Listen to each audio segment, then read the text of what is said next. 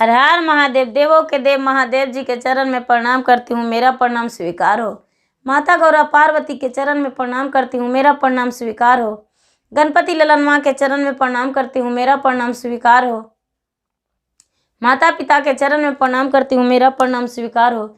सब गुरु भाई बहनों के चरण में प्रणाम करती हूँ, मेरा प्रणाम स्वीकार हो। गुरु भाई बहन, मैं एक कथा सुनाने जा रही हूँ, इस कथा को पूरा सुनिए और रहस्य जानिए। आधी नहीं, आधी सुनने में शिव गुरु का अपमान होती है, पूरा सुनने में ज्ञान होती है। इसलिए कथा को पूरा सुनिए और रहस्य जानिए। हर हर महादेव, घर घर महादेव। गुरु भाई बहन, एक राजा थे, एक रानी थी। राजा साहब अच्छा थे और अपने मान सम्मान के साथ जी रहे थे। उनका गांव में बहुत मान्यता था। उनका गांव का लोग जो थे वो बहुत चाहते थे, उन राजा को बहुत प्यार करते थे राजा से। राजा की जो पत्नी थी वो बहुत सीधी सादी और भोली भाली थी। वो राजा साहब की जो पत्नी थी उससे कोई भी कुछ मांगने जाते थे तो हाँ छोड़कर ना ना कभी कहते थे। राजा साहब नहीं भी घर में रहते थे तो उनकी पत्नी दे दिया करते थे अपने प्रजा के भलाई के लिए। कोई को भी नहीं नहीं कहते थे। भूखे को अन्न, प्यासे को पानी दिया करती थी। कोई भी उनके घर से निराश होकर नहीं जाते थे और नहीं निराश लौटते थे। सबको अपना जान भर कोशिश करते थे कि मेरा प्रजा सब खुशी रहें और खुशी से जिएं, खुशी से रहें और कभी किसी को शिकवा शिकायत सुनना नहीं चाहते थे। एक दिन का बात है कि रानी बहुत जोरों से बीमार पड़ गई और जब बीमार पड़ गई तो राजा साहब उसको डॉक्टर वैद्य से दिखाए पर रानी ठीक नहीं हुई। रानी ठीक नहीं हुई, रानी का मृत्यु हो गया। रानी का एक पुत्र था, रानी का एक पुत्र था और रानी का मृत्यु हो गया। वो पुत्र बहुत प्यारा था, बहुत अच्छा था। उसे प्रजा भी चाहते थे। उस पुत्र को लगता था कि ये रानी का निशानी है, ये रानी साहब इस दुनिया से चले गए तो क्या, अपने निशानी को छोड़कर गए हैं, इसे पोसेंगे। सारी प्रजा उस पर अपना मेहनत करते थे, उसको गोद खिलाते थे, उसे दूध पिलाते थे। कहते थे कि देखिए रानी साहब चले गए हैं लेकिन हमें इतना भलाई करती थी, इतना अच्छा से रहती थी हमको साथ, हमको से इतना प्यार करती थी, तो रानी साहब का एक संतान ही तो है, इसे भी हम लोग अच्छे से पोसेंगे और पालेंगे। और ऐसे करके और उस बच्चे को बहुत प्यार करते थे। राजा साहब को मन में ख्याल आया कि हम क्यों ना दूसरा शादी कर लें। प्रजा लोग बोले राजा साहब आप दूसरा शादी कर लीजिएगा तो आपका बच्चा का नहीं देखभाल करेगा सौतेली माँ, तो राजा साहब आप बच्चे को कैसे रखेंगे। राजा साहब बोले नहीं नहीं, ऐसा नहीं होने देंगे, हम अपने बच्चे के साथ हम कभी गलत नहीं होने देंगे। देखेगी आएगी तो नहीं, कैसे देखेगी, देखेगी। सारी प्रजा मना किए लेकिन राजा साहब नहीं माने। राजा साहब नहीं माने और दूसरा शादी कर लिए। जब दूसरा शादी कर लिए तो रानी आई तो राजा साहब जिस कमरा में गए सोने को लिए उस कमरा में अपने पुत्र को लेकर गए। जब पुत्र को लेकर गए तो रानी कहती है कि राजा साहब आज तो मेरा सुहाग रात है, आज तो मुझे अकेला छोड़ दीजिए, कम से कम आप हम रहें। इस बच्चा को बीच में क्या वास्ता, क्या ज़रूरत है, इस बच्चा को अलग कर दीजिए, नहीं तो हम आज ही के दिन आपको छोड़कर चले जाएंगे, हम अपने मैके चले जाएंगे। राजा साहब क्या किए कि बगल के पड़ोस के घर में अपने पुत्र को दे दिए और अपने पत्नी को साथ चले गए। रात बीत गया। जब सुबह हुआ तो रानी जो थी वो खाना बनाने लगी। राजा साहब बच्चे को दिए, लीजिए बच्चा को संभालिए, बच्चा को रखिए और खाना बना लीजिए। रानी कहती है राजा साहब हमें रखना है तो अकेला रसोई में रखिए, बच्चा से क्या वास्ता, बच्चा तो बिगाड़ देगा मेरा काम, हाथ जला लेगा, ये कर लेगा वो कर लेगा। नहीं राजा साहब, जब हम फ्री रहेंगे तो बच्चा को संभाल लेंगे। राजा साहब बच्चा को उठा लिए, और किसी पड़ोस के घर धर लाए। थोड़ा सा मेरा बच्चा संभाल दीजिए। पड़ोस ने उनका बच्चा को बहुत प्यार से रखते थे। राजा साहब खा पीकर और अपना कार्य संभालने के लिए चले गए। राज दरबार में, कचहरी में चले गए। राजा के लगा कि बच्चा को अब देखेगी। प्रतिदिन ऐसा ही करती थी। वो बच्चे को कभी नज़दीक आने नहीं दी।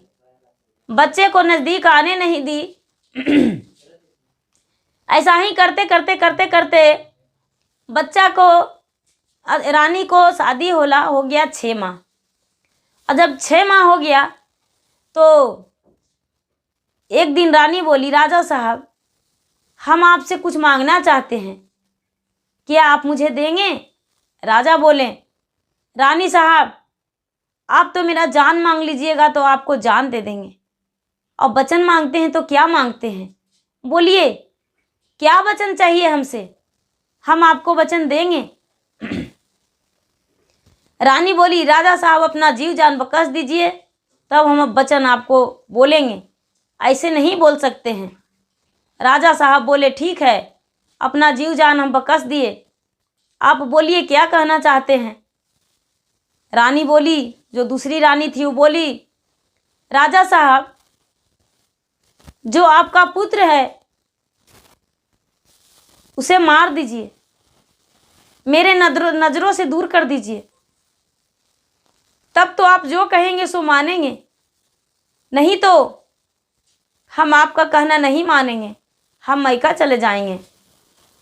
ये राजा बोला, रानी साहब आपका बच्चा से क्या नफरत, बच्चा को तो मेरा पड़ोस वाले पोसते हैं, पड़ोस वाले रखते हैं, खाना खिलाते हैं वही, तो इसमें आपको क्या दिक्कत है। रानी बोली, यदि नहीं मारिएगा तो हम आपको छोड़कर चले जाएंगे। राजा बोले, ठीक है, बताएंगे कुछ दिन में। राजा उस समय बात को टाल दिए। कुछ दिन बीत गया, 10 दिन, 20 दिन, महीना दिन बीत गया। रानी फिर बोली, राजा साहब आप तो अभी तक बच्चा को नहीं मारे हैं। राजा बोले, मैं कहाँ मारूं, कैसे मारूं, कहाँ छिपाऊं उस बच्चे को, यदि मार देंगे तो मेरा गांव वाला देख लेंगे तो मुझे जीने नहीं देंगे, मुझे जीते ही काट मार डाल देंगे। ये बोली जो रानी थी वो बोली, राजा साहब आपका गांव के पश्चिम में ईख का खेत है, उस खेत में ले जाकर और उस बच्चा को काट दीजिए, और काट के और उसी खेत में इसका माटी मजिल कर दीजिएगा, झाँक दीजिएगा, कोई नहीं देखेगा। राजा साहब बिल्कुल आप अकेला चले आइएगा, आप कपड़ा लेते जाइए, पानी लेते जाइए, उसका रक्त लग जाएगा शरीर पे तो आप अपना रक्त को धो लीजिएगा शरीर से और दूसरा कपड़ा चेंज कर लीजिएगा, लेते जाइए। ये राजा साहब क्या किए कि बड़े प्यार से अपने पुत्र को गोदी में ले लिए और लेकर और एक हाथ में कटार ले लिए, उसे कपड़ा से लपेट कर छुपा लिए, कपड़ा से, और ले जाकर लकड़ी धर दिए थे ईख के खेत में पहले से लकड़ी धर दिए थे कि इस पे रख कर बच्चा को काट देंगे। राजा साहब अपने पुत्र को गोदी में ले लिए और ले जाकर और बीच ईख का खेत में घुस गए और बच्चा को सबसे पहले हाथ पैर बांध दिए और ठिया पर जो लकड़ी था उस पर सुलाकर और चाहे कि इस बच्चा को हम काट देंगे। इतना ही में एक नाग और एक नागिन थी। ईख का खेत में एक नाग एक नागिन थी। तो नागिन कहती है अपने नाग से कि नाग राजा, क्या आप इसी तरह राजा की तरह निर्दयी हो जाइएगा? देखिए ना ये राजा कितना निर्दयी है। नाग बोले, क्या हुआ, ये राजा कैसे निर्दयी है? बोले कि देखिए राजा साहब, नागदेव, ये जो राजा है इसका पहला पत्नी जो है ये मर चुकी है और उसका एक पुत्र है, ये दूसरा शादी कर लिया है राजा, और उसका एक पुत्र पहले से है, इसका अबरी वाली से संतान भी नहीं है, लेकिन ये पुत्र को देखिए अपने रानी के बहकावे में काटने आया है। यदि काट देगा तो बताइए कि इसका संतान नहीं होगा तो राजा जिंदगी भर तड़पते रह जाएगा। बताइए कितना गलत करने आया है। नाग बोला कि हम ऐसा नहीं होने देंगे, ये काट देगा बच्चा को, हम नहीं काटने देंगे। ओके, क्या किया कि नाग जो था वो और नाग को पुकारा, नाग को पुकारा, बहुत सारा वहां पर नाग आ गए।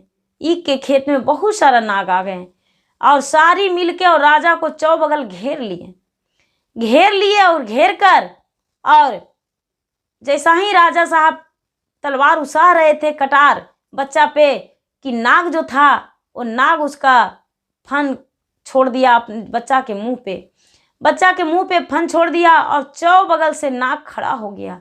ईख के खेत में, बीचों बीच खेत में चौबगल से नाग खड़ा हो गया। राजा साहब जिधर भी मुंह फेरने लगे उधर भी नाग दिखाई देने लगा, पूरा चौवांग, जहां तक कि राजा के पैर हाथ पूरा जकड़ लिया नाग। जब पूरा जकड़ लिया नाग पैर हाथ, राजा चिल्लाने लगे, कटारी को फेंक दिए और राजा चिल्लाने लगे, कहने लगे मुझे मेरा जान बचाओ, मेरा जान बचाओ, मेरा जान बचाओ, आज हम मर जाएंगे। ये जो बच्चा था वो बच्चा कह रहा है पिताजी छोटा था, उसे अक्ल बोलने का नहीं था। पिताजी क्या हुआ, आप क्यों चिल्ला रहे हैं पिताजी, आपको क्या हो गया, आप तो अभी मुझे काटने वाले थे पर काटे नहीं और कटार फेंक दिए। पिताजी क्या हुआ, क्यों मेरा हाथ पैर बांध रखे हैं, मेरा हाथ पैर दर्द कर रहा है पिताजी, या तो मुझे काट दीजिए या तो मेरा हाथ पैर खोल दीजिए, बहुत दर्द कर रहा है।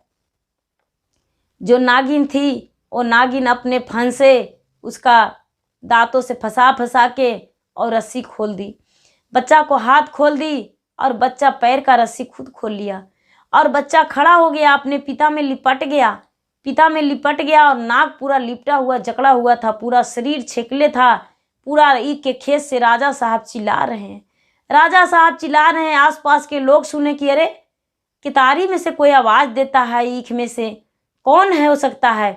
रास्ता पर खेत था, कुछ लोग अंदर देखने गए कि देखते हैं इसमें से घुस के, कुछ लोग देखने गए तो देख रहे हैं कि ये राजा साहब है और राजा साहब का बच्चा है। यहाँ पर एक कटार फेंका हुआ है, एक लकड़ी है और पूरा सर्प जकड़ा हुआ है, पूरा राजा को छेकले है, ऐसे कैसे हो सकता है। कुछ लोग आके हल्ला किए कि अरे राजा साहब को तो आज नाग डांस लेगा, बहुत सारा नाग घेर कर रख ले है से, और राजा साहब को बच्चा भी है, ऐसे कैसे हो गया। उनको रानी को जाकर बोले राजा साहब आपको बुला रहे हैं, ईख के खेत में जाइए। रानी बोली अरे राजा साहब को तो हम बोले थे बच्चा को काटने के लिए, मन ही मन सोच रही है आखिर क्या हो गया, बच्चा को काटते देख लिए का कोई, या बच्चा को मतलब क्या हुआ जो राजा साहब मुझे बुला रहे हैं। ये क्या की कि रानी जो थी वो रानी चल गई ईख के खेत में। जब ईख के खेत में गई तो देख रही है कि वहाँ तो पूरा नाग जकड़ के रख ले है राजा को। राजा से रानी बोली राजा साहब क्या हुआ, अब बच्चे को क्यों नहीं मारे। इतना ही में रानी का हाथ पैर भी पूरा नाग अपना पोंछ से पूरा शरीर से बांध लिया। जब बांध लिया पूरा तड़पने लगे और बच्चा रोने लगा, पूरा चिल्ला और कह रहा है कि सारे लोग जो थे वो मुंह देख रहे हैं। देखते देखते ये राजा हाथ जोड़कर माफ़ी मांगने लगा सब नाग से कि हे नागदेव अब हम ऐसा गलती नहीं करेंगे दोबारा, क्योंकि जो हम किए वो भोग लिए, अब ऐसा गलती नहीं करेंगे, मेरा जान बख्श दीजिए। जो नाग थे वो बोले कि आज हम तुम्हारा प्राण ले लेंगे, तुम दोनों का, और बच्चा को बचा लेंगे। अभी तुम बोलो वचन दो कि इस बच्चा को हम बड़े प्यार से पोसेंगे, पालेंगे, रखेंगे, कभी इस पर अंगुली नहीं दिखाएंगे। राजा बोले कि हाँ हम ऐसा ही करेंगे। जो रानी थी वो भी बोली कि हाँ नागदेव हम इसी प्रकार जैसा आप कहेंगे उस प्रकार हम बच्चा को रखेंगे, लेकिन मेरा प्राण बख्श दीजिए, जान बचा दीजिए। नागदेव जो थे वहाँ से सब हट गए, राजा का शरीर पूरा छुट्टा छोड़ दिए, रानी का भी छोड़ दिए। रानी जो थी वो वहाँ से चली आई, बच्चे को अपने गोद में उठा ली रानी। कभी गोद में बच्चे को नहीं ली थी। बच्चे को गोद में उठा ली रानी और उठाकर आगे आगे रानी बच्चे को लेकर, पीछे से राजा हाथ में कटार लिए हुए और लकड़ी, और सारी लोग जो प्रजा थे वो थू थू करते आ रहे हैं कि राजा जो थे वो बच्चे को काटने गए थे और इन्हें नाग बचाया है बच्चा को। राजा को तो प्राण ही ले लेता आज नाग, यदि बच्चा को नहीं छोड़ते तो। यदि आज नाग ने इस तरह बोला है, ऐसे किया है। सारी लोग राजा पर थू थू करके और घर आए गए। उस दिन से राजा और रानी बच्चा को प्यार करने लगे, और नहीं तो पड़ोस को देने लगे और नहीं किसी का घर पहुंचाने लगे। रानी प्यार करती थी अपने बेटे की तरह, और उसे खाना पीना, कपड़ा, पढ़ाई लिखाई सब कुछ पर ध्यान देने लगी। जब भी थोड़ा सा वैसा होता था तकलीफ, तो तुरंत राजा कहते थे कि रानी साहब, यदि बच्चे को नहीं अच्छा से रखिएगा तो नाग फिर से आ जाएगा, हम लोग का जान खतरे में पड़ जाएगा। और राजा और रानी का फिर से दोबारा कोई संतान नहीं हुआ। एक ही जो पहले पत्नी का संतान था वही संतान रह गया, और राजा उसी के साथ अपना जीवन बिताए। रानी भी अपना पुत्र मान के उसी को पोसे और अपना खुशी जीवन बिताए। गुरु भाई बहना, पुत्र सौतेला है तो क्या, वो भी तो पुत्र है। ऐसा नहीं कि उसे मार डाले, गलत बात है। नहीं, सौतन को बेटा है तो क्या, वो मेरा बेटा नहीं है। गांव वाले रास्ते में जो लड़का मिलता है उसे भी हम बेटा बोलते हैं, और वो भी माँ बोल देता है, आंटी बोलता है, कोई मौसी बोल देता है, कोई बहन जी बोलता है। तो जिसे प्यार देंगे उतना प्यार हमें भी देगा। गुरु भाई बहन, मेरा वीडियो अच्छा लगे तो इसे लाइक कीजिए, शेयर कीजिए, सब्सक्राइब कीजिए। धन्यवाद। हर हर महादेव, घर घर महादेव।